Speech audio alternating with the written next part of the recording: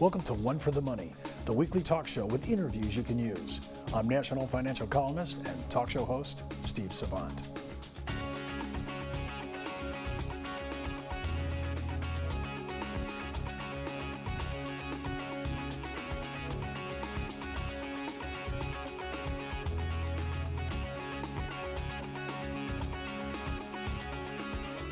And on today's show, long-term care.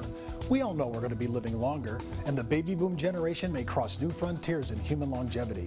But if we're going to be living longer, then we're going to need long-term care.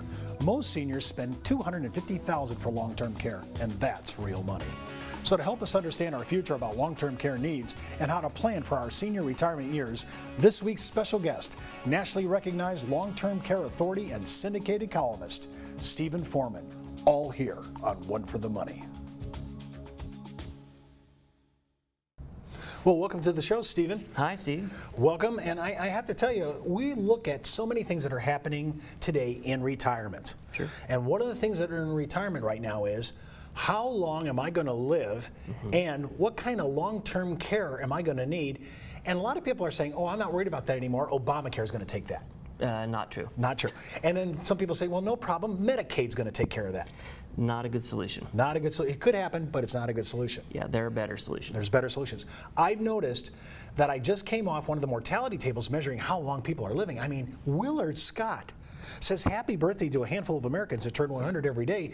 And if he took the time to say happy birthday, it would take him 90 minutes a day, 365 days a year for people turning 100. So we're going to be living a long time.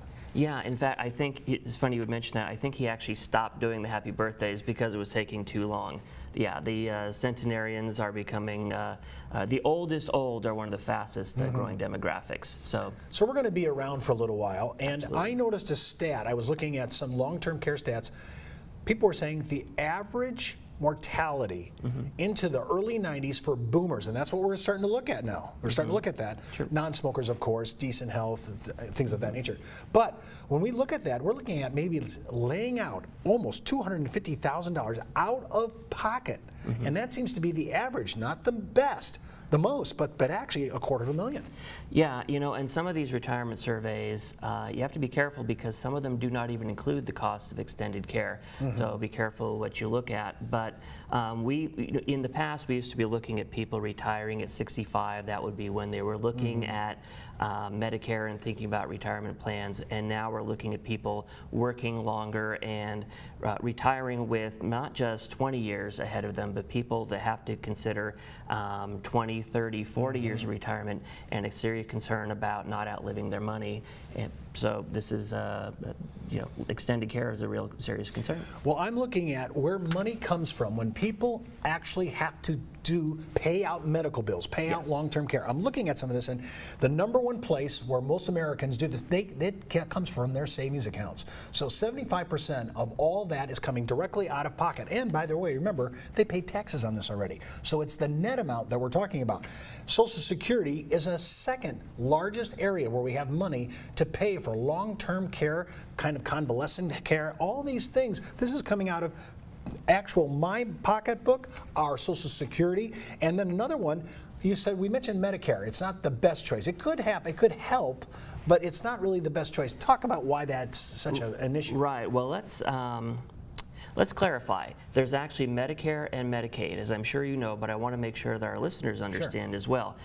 Medicare is a program that it consists of Part A and Part B, and Part D is the drug program. Now that's something we are pretty much all going to get when we turn 65 if you've paid payroll taxes. Medicare primarily is a program that pays for doctor, hospital, but it doesn't pay for custodial care at home, which is the kind of care that most of us need as extended care. Medicaid is the program for primarily those of us who are indigent. It's a medical program for the impoverished. Now you might say to yourself, that's not something that you would consider yourself being if you're a successful person, and yet it pays about 9 out of 10 of all nursing home days. So it is primarily the largest payer of extended care costs in the country. When I look at this, it looks like only 40% of the country at retirement has some form of long-term care benefit. This is a low number. Actually, well, and there's some dispute about what the penetration rate of long-term care insurance is. Some statistics say that the penetration rate is maybe 9 or 10%.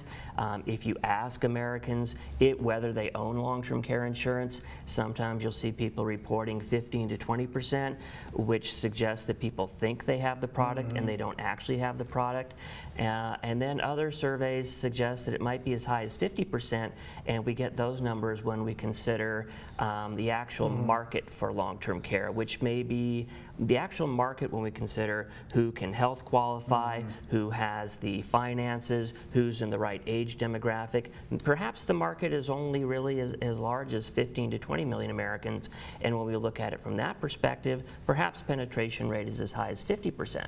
Well, when I look at some of these other ideas, I mean, think of this, 18% of Americans had to sell their home because they just needed the money for their long-term care expenses. Yeah. And I'm looking at 4% declared bankruptcy to pay the bill.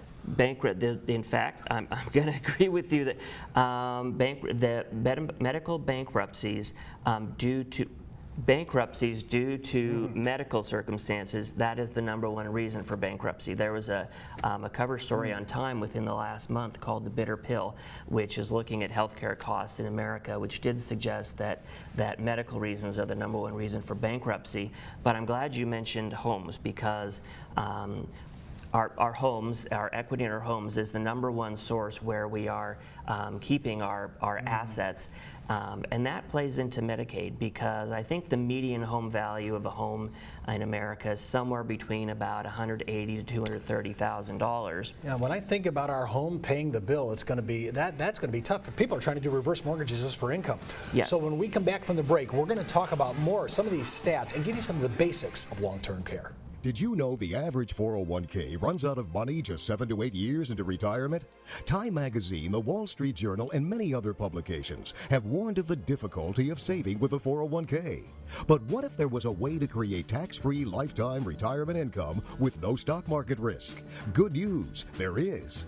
Living in fear of the next market dive is not the way I want to live my life. Why would I go out there and take on risk when I don't need to? I have a lot less stress knowing I can't lose any more of my retirement savings in the stock market. Call now to receive your free, no-obligation analysis of what this retirement vehicle could do for you, a comparison to your current retirement plan, and a free video that explains this exciting opportunity. Start planning a retirement you can enjoy instead of worrying about future tax increases and stock market losses.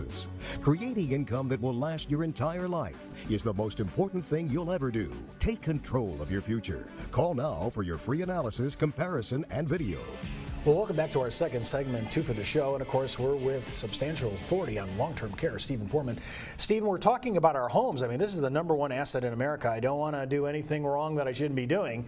Talk a little bit about this, because we're looking at people having to sell their homes to pay for their long-term care. Well, right. What I wanted to talk about with the homes is it's the #1 asset that most of us have, and if you consider that the median home value of a home in America is between about $180,000 to $230,000, let's compare that with Medicaid. Now, Medicaid, the home equity exemption in order to qualify for Medicaid is $500,000 in almost all states. In some states, it's as high as $750,000. Now, this presents an actual problem, because with Medicaid's exemption at $500,000, it actually means that most of our homes are not at risk in order to qualify for Medicaid. And with nothing real at risk, it means that most people do not plan. With nothing at risk, we fail to plan. When we fail to plan, we plan to fail. And that's why so many people tend to put off, delay, postpone an actual viable plan for long-term care. And when that happens, here's the #1 phobia for seniors in LTC. They say they don't want to be a burden to their family. Absolutely true. They don't want to be a burden to their family. At the same time, they're afraid of not outliving their assets. So this kind of presents a conundrum. They say, I don't want to outlive my assets, which says to you, I'm planning on living a long life. But at the same time, if someone says to you, Steve, I'm planning on living a long life, we have to accept something. I'm planning on living a long life. If you plan to live a long life, is it possible you might get frail? If it's possible you might get frail, then is it possible you may need extended care?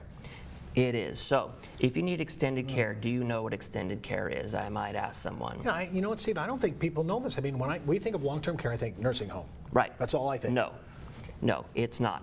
So extended care, I want to think about it in a different way. Nursing home, it's not nursing homes, it's not a place, it's not a location, it's not a kind of care. Extended care instead is a life-changing event. I want to think about it in a new term.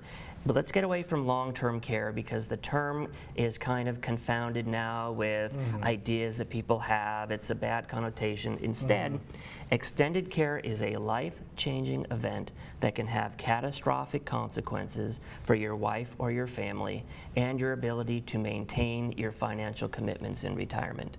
We're going to start thinking about it in that regard.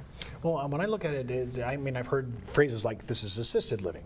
There's home care. Yes. There's nursing home care. Yes. There's adult daycare. Sure. Talk a little bit about the kind of this is the quilt. You know, Yes. these are the patches that we make this big quilt on because Yes. it falls under long-term care. Yes, these are all locations where one could receive care, but primarily the damage is done at home. Because nursing home, assisted living, these are all places, infrastructures where care can be provided. But somebody that the care recipient, that's not where the damage is. The damage is felt around that person by the caregivers. Caregiving can cause the caregiver to become chronically ill. With all respect, if something happens to me, my life doesn't end. Life ends for the people around me. My wife could become chronically ill taking care of me. My son or daughter may have to quit their job, drop everything, and not be able to take care of their financial commitments to take care of me. So too often we focus on the person, on the primary earner. But in fact, it has a ripple effect on those around them. So it's not so much where care can be received as it is the consequences, both financial, emotional, and physical, on those around somebody. Now, when we're looking at this, I mean, because people are going to hear this show, and they respond heavily to Medicare, Social Security. This is just another piece of senior living that we need to really accommodate in our thinking. So when I'm looking at all these things you just said, I'm like, well, I thought my long-term care insurance was just to take care of that issue, but it sounds like it's way broader than that from your point of view. Yes, it's actually something. Long-term care insurance, extended care insurance, is designed to bring the family, is designed to make them whole and to bring them back to a state before the extended care event occurred. You know, too often financial planners tend to work on an asset and income portfolio and fail to move to the next step, which is an asset and income protection portfolio. So that's... My mind would think, why would that not be in reverse? Why wouldn't you be doing defensive planning first before you would do any kind of asset building or growth or income?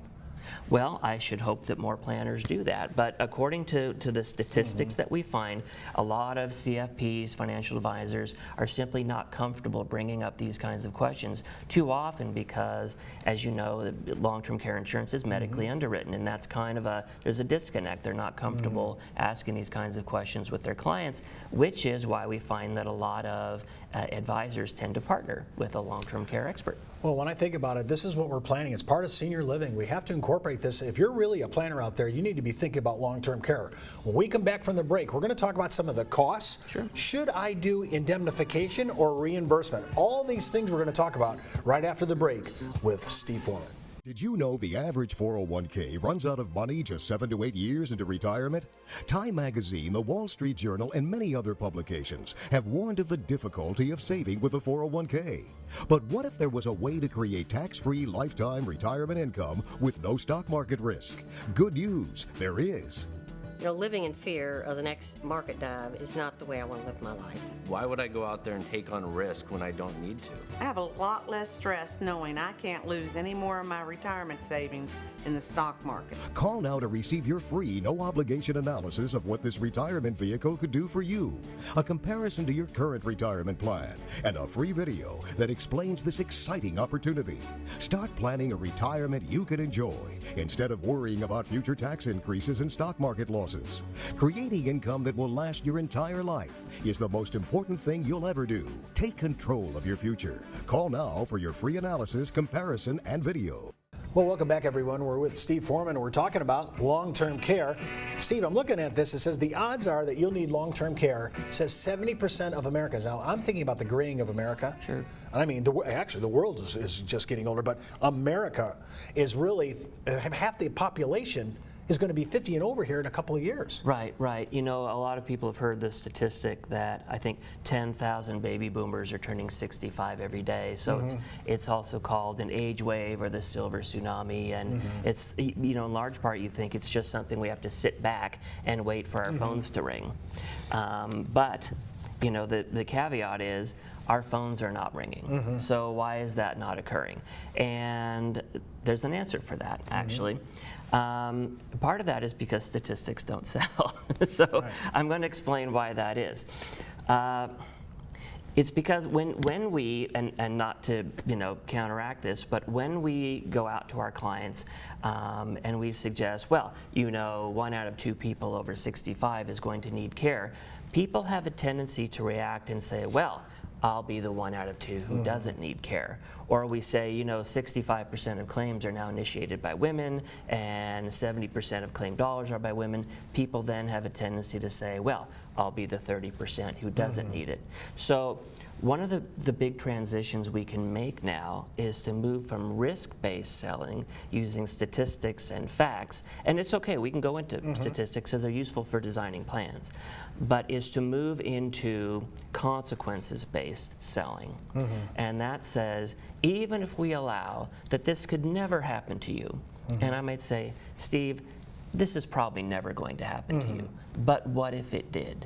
So we can say, it'll never happen. But if it did, have you considered the consequences it would have on your family and your children to have to take care of you, to have to drop everything if an unexpected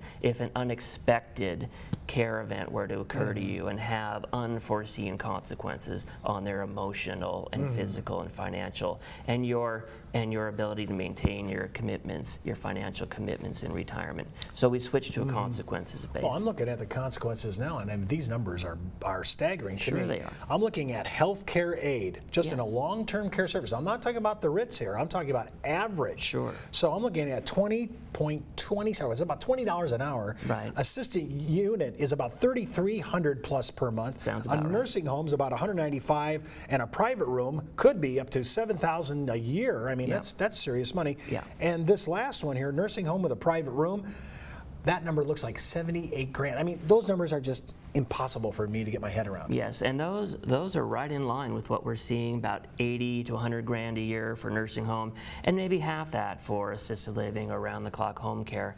But I'm glad you brought that up, because one thing we see too often when producers are designing plans, they'll bring up their cost of care maps, and I've got the latest one here from one of the gold standard, and they'll be coming out with their 2013 numbers in about a month. People too often tend to go right to the nursing home numbers and they say, here's the cost of care, and then they design a plan based upon the cost of care in a nursing home. They say it's $80,000 a year, and then they design this Cadillac plan. Here's the reality. 2/3 to 3/4 of claims are initiated in the home, and they never transition out of there. And also, people tend to go to assisted living. Now, that's where people want to go. And now we just established that that home care and assisted living claims are maybe half of that, about 40 grand a year.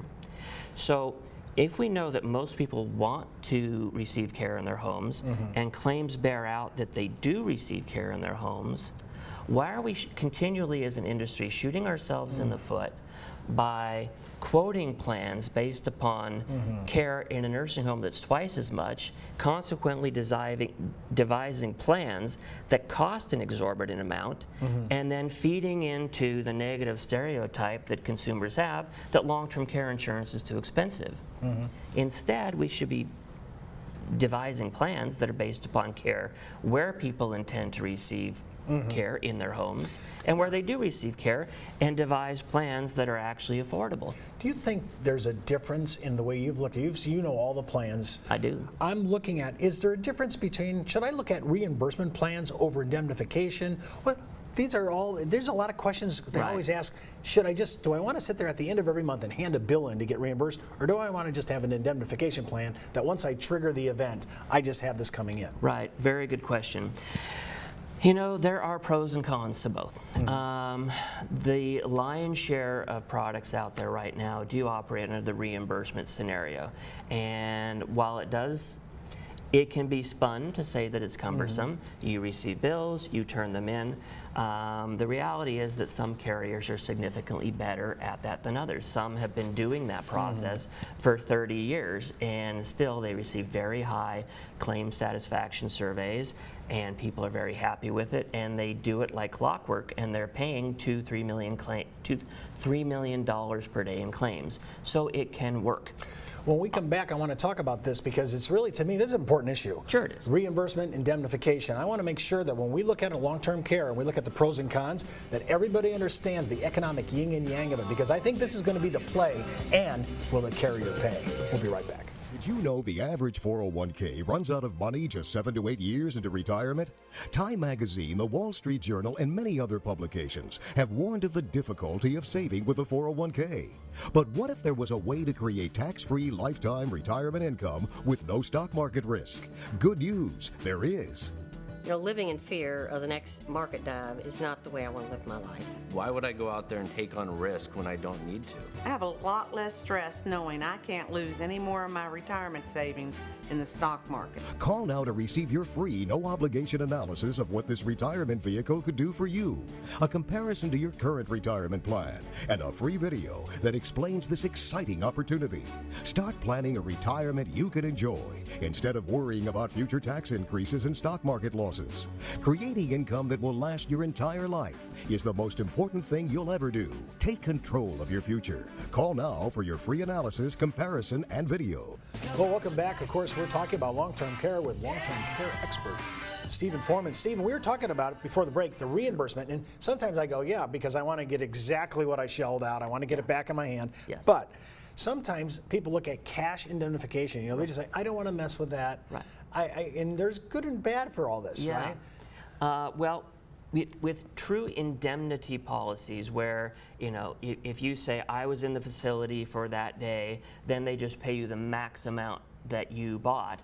Those indemnity type plans have we don't see those too many. Those are kind of legacy products. What we do see today are cash. Pure cash, where it's a disability model. As long as you show the carrier that you were disabled, that you triggered the policy, 2 of 6 ADLs or a cognitive impairment, they pay you the cash up front for the month. And real fast, Stephen, ADLs, because everybody, Sure. we use these acronyms in our industry. Right, maybe ADLs. folks don't know them. Let's talk real quick. What is an ADL? What is that? What is that Activities acronym? of daily living. Think of these as the kind of things that you do in the morning. You bathe. You get dressed, which means using your zippers, being able to button your buttons. You eat. Can you feed yourself?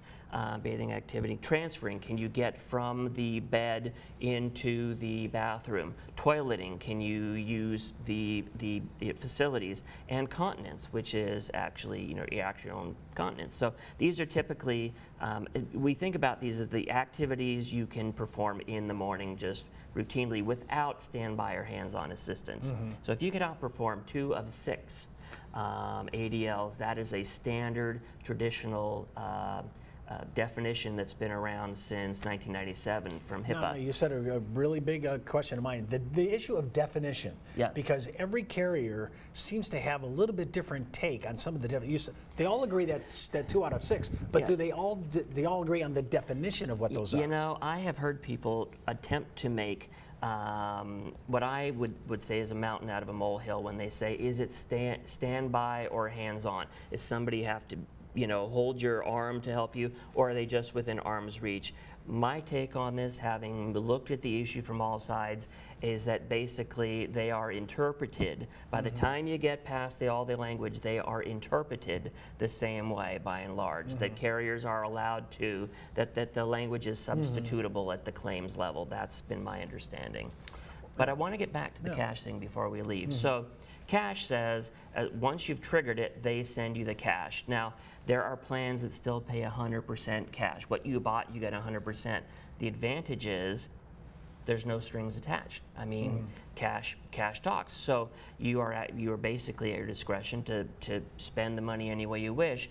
One of the advantages is there's a lot of people traveling who don't know where they may retire. They can go anywhere. It's obviously a worldwide international benefit. There are other plans who combine the reimbursement with the cash. So even if you bought a reimbursement benefit, they may say, here's a rider that says, if you don't want the reimbursement this month, we will give you an alternative in cash for that month. Instead of 100%, you could get up to 100% of the reimbursement.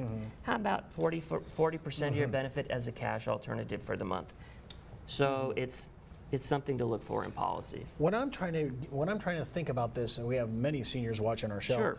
I'm looking at the kind of idea of how should I position, I'm getting ready for long-term care. I'm going to go in and look at the market. What's a Right. good contract? What's a good carrier? Right. How much will it cost me? And that is the myth. I was surprised.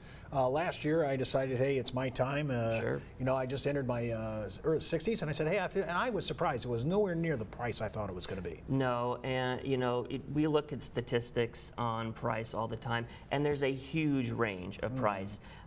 Something could cost as little as $1,500 with one carrier, as much as $3,500 with another. You should not just go with the first price you look. It pays to shop around, or it pays to look at an agency that is able to shop from many carriers. Well, let's go down that road because Sure. really this market has been reduced down to about a half a dozen carriers. Really, I mean, Yeah, I think there are about 20 or so carriers, but by and large, about 80% of sales are made by about the top 5 carriers. It's concentrated. And so if you can find an agency, and I always say spend as much time shopping for your agency as you do shopping for your carrier. Does your agency have experience in this business? Have they handled many claims in this business? how important is it to have experience in this as an agent? Well, No. it is, because an agent can be an advocate for you. An agent knows how to read and interpret the policy language, the specimen policies. They're able to help move your policy through underwriting. They're going to be there for you at claim time 30 years from now. If you work with an agency that's only sold 1 or 2 policies a year, will they even still be in the business 30 years from now when you will be there? Right. And so I think people tend to spend too much ability looking at a hyper-abbreviated letter grade when that doesn't really tell you much about the service of the carrier. When I think about long-term care, it's a very important decision. Sure. And we want to look through every single carrier. And if you go out to our site, oneforthemoney.tv, and say, Steve, sign up and I need to see this, we'll show you all the carriers that we think are players. Great ability. We'll give you the ability to look at this and the way Steve looks at it, because he's a pro, that's all he does. And so when you go out to our site, don't forget to put in and say long-term care info. Remember, long-term care can provide the protection you need during your retirement years, and we've partnered with financial professionals who know how to protect your lifestyle. For more information on how you can protect your lifestyle during your retirement, just go out to the show's website at www.oneforthemoney.tv. And remember, you can follow me on Twitter and visit me on any of my social media network sites: Facebook, LinkedIn, YouTube, and Google+.